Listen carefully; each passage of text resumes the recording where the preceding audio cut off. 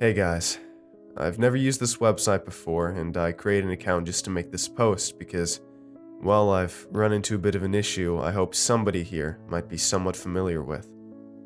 I've been sick for the past week or so, and so I've been spending most of my time just taking it easy and trying to recover. But something happened yesterday that I've not been able to stop thinking about since. I guess I'll start at the beginning. I got home from work about a week ago feeling a bit more sluggish than usual. I figured it was nothing and chalked it up to all the extra hours I've been working lately. I decided to just treat myself to an extra large pepperoni pizza and call it a night. But the next day I felt just as worn down, with the addition of a slight runny nose. This progressed throughout the day to the point where my nose was at an almost constant leak. The next day was even worse. I now had some slight body aches to go along with my fatigue and runny nose, and over the course of the next few days, up until yesterday, I've just been feeling steadily worse and worse. I went to the doctor a few days in, and he said he thought I just had some kind of virus that's going around, and to get home and drink a shitload of water.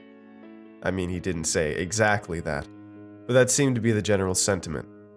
I took that advice, but it hasn't seemed to help me much if I'm going to be honest.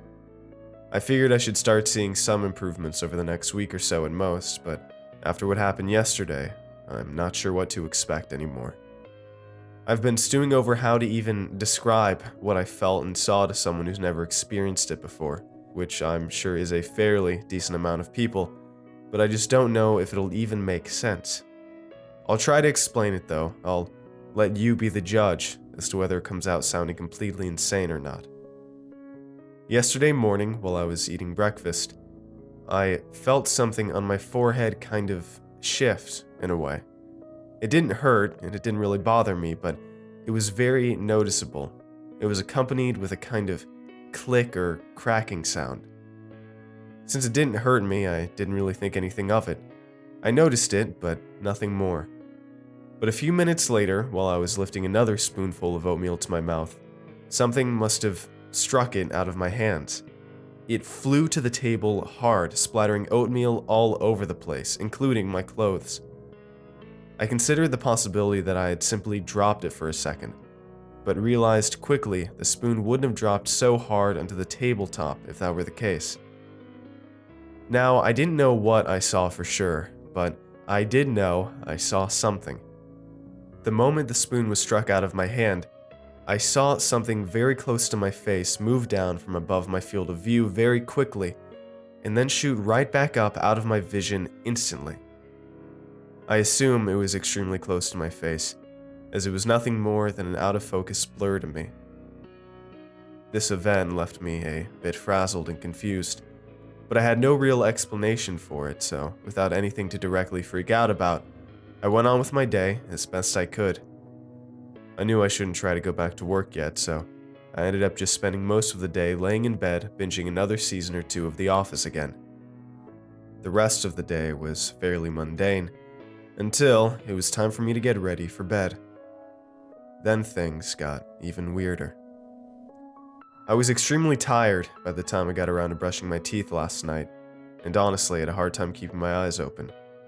You know, I actually rest my eyes while I brush my teeth fairly often. It's a weird habit I developed as a child out of sheer boredom, I think, and I never really grew out of it. But anyways, just a second or two after I closed my eyes, I felt that little shift, that noticeable click in my forehead. And before I even had time to process this, I felt something slap me straight on the side of my face. My eyes instantly shot open, and I caught my first real glimpse in the mirror of what it was that had screwed up my breakfast earlier in the day, and what was now trying its best to beat my face in, though it probably only had the force of a 10-year-old child. In the mirror, I saw that the clicking sound I had heard from within my forehead was the sound of it cracking open like a strange pair of double cabinet doors. Within the chamber, the open doors of flesh on my forehead exposed, was pure darkness. But something had emerged. Reaching out of the cavity and apparently repeatedly hitting me in the face was a long, thin appendage, about the width of a toothpick. It looked as though it had about 3 or 4 individual elbow joints placed throughout its length, and led to a small little hand with 3 floppy, dangling fingers that looked more like barely filled water balloons. Its skin might have been more whitish if I had to put money on it, but I swear it had a bit of a bluish tint to it. As soon as I saw it, I reached up to try and grab it out of pure instinct, but as soon as my hand got within grabbing distance, it instantly retracted back inside its chamber within my skull, and the doors closed. My hand slapped against my forehead with a force, hurting both and leaving me even more disoriented than I would have been already. Feeling my forehead for anything off, I could say for certain that there were no seams or signs that something had just popped out from within my skull just moments before. It was as if nothing even happened. I was more than a little freaked out by the incident, but I began feeling weaker and weaker, and by the time I made it to my bed, I felt like I was on the verge of passing out. I had lots of strange nightmares last night, but I don't really remember what they were about. I woke up slightly more energized, but more or less feeling just as run down and achy and shitty as I was before. Getting up and pouring myself a bowl of cereal, I thought about what had happened the night before while I was brushing my teeth. It made me more than a little nervous thinking about it, but I was mostly curious. And out of that curiosity came an idea. After pouring on my milk, I sat down and stared at my cereal. If I was going to reach success, I had to do this perfectly the first time. No telling if I'll get a second chance at this. I picked up the spoon and began eating my frosted flakes, making sure to pay close attention to any signs of weird sensations. Sure enough, after a couple of bites, I felt that click that was all too familiar at this point. I froze and lowered the spoon back down into the bowl. Perhaps this thing doesn't realize it makes a sound when it opens the hatch that it, or something just as unexplainable, had created. I guess I was banking on that assumption anyways. If it is aware, I think my efforts might be completely hopeless. I handed the spoon over to my left hand and began slowly but steadily raising it towards my mouth. I kept my right hand placed firmly on the table beside the bowl, ready to move at a moment's notice. As soon as I saw that dark blur shoot down from above my line of sight, I sprung my right arm up as fast as I could. It got a good slap in, this time reaching all the way down to hit my chin, but the extra length it needed to make it that far down my face also gave me the perfect opportunity to grab a hold of its squishy, dangling, finger-like appendages. I could feel it trying to pull its way back inside me, but it was surprisingly weak given how fast it seemed to be. I pushed my bowl of cereal to the side as it struggled to fight against my grasp. I grabbed the napkin to my side and unfolded it as quickly as possible with one hand onto the table before yanking the thing in my grasp out as hard as I could. It came out easily, falling onto the napkin with a wet thud. Staring at it, I couldn't even believe my eyes. I began to feel as though I was losing my mind. Its body was slightly bluish like I had initially thought, and took on a shape similar to that of a potato. It appeared slimy, kind of like a frog or something, and was about the size of a hamster, if I had to guess. Trying to decipher its face, I was taken aback by how alien it looked to me. It didn't seem to have any eyes I could make out, and it didn't appear to have anything resembling a nose either. The only thing I could make out with any degree of confidence was a mouth most comparable to that of a frog located in the middle underside of its body, that also looked unnaturally large when you consider how small its body was. It opened and closed its mouth rapidly, possibly out of fear or pain. I wasn't sure, but the erratic movements disturbed me. It had only 2 appendages, both being up closer to what I think was the upper part of its body. One looked almost completely useless, shriveled up and no more than 2 inches in length. But the other one was a behemoth. It was at least a foot or so long, but managed to be slightly skinnier than its shriveled up counterpart. I noticed little air bubbles floating beneath the surface of its gelatinous fingers, which I think is a pretty clear sign that whatever they are, they're filled with some sort of liquid, and most definitely do not function like typical fingers would.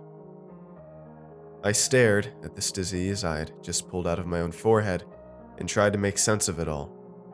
But I found myself completely and utterly overwhelmed with the bizarre and disturbing nature of my discovery. What was this thing doing inside of my forehead, and how the fuck did it get there? After about 30 seconds, it began slowing down a little, and after about a minute, all movement had ceased completely. I had no idea what to do next, and I felt like I was on the verge of passing out more and more by the second. After my vision started to swirl, I decided to make a beeline for my bed. Falling onto the mattress, I closed my eyes and prayed to God that when I woke up, everything wouldn't seem as fucked up as it seemed then. When I opened my eyes a few hours later, the first thing I noticed was that I felt 100% better. No body ache, no weakness, no runny nose, no nothing. I felt like $1,000,000, which is crazy considering I felt like total dog shit just hours before. I've never recovered from an illness that fast before. Well, regardless, I quickly threw off my covers and rushed to the dining room to verify that the events that took place earlier in the day weren't a figment of my imagination. Upon reaching the dining room table, my mouth dropped open in shock at what I found. The napkin wasn't empty like I had hoped, but the disease wasn't there either. Instead, lying on top of the napkin was a small pile of ash. I decided to explore it a little more and move the ashes around with a pen, and ended up finding a few tiny little maggots strewn about the pile. But besides those, it looked like pure ash. I ended up putting the contents in a mason jar, which I'm keeping in the corner of my closet for now. I don't know what the hell that thing was, or what it means, or what it did to me. But I figured if anybody could help me figure this out, it would probably be somebody lurking in the rare infectious diseases form. If anybody has experienced this before or can provide any sort of theory or advice on what to do from here, please DM me on here. I really hope I can figure out what the fuck happened to me, because until I do, I don't know what's stopping it from happening again.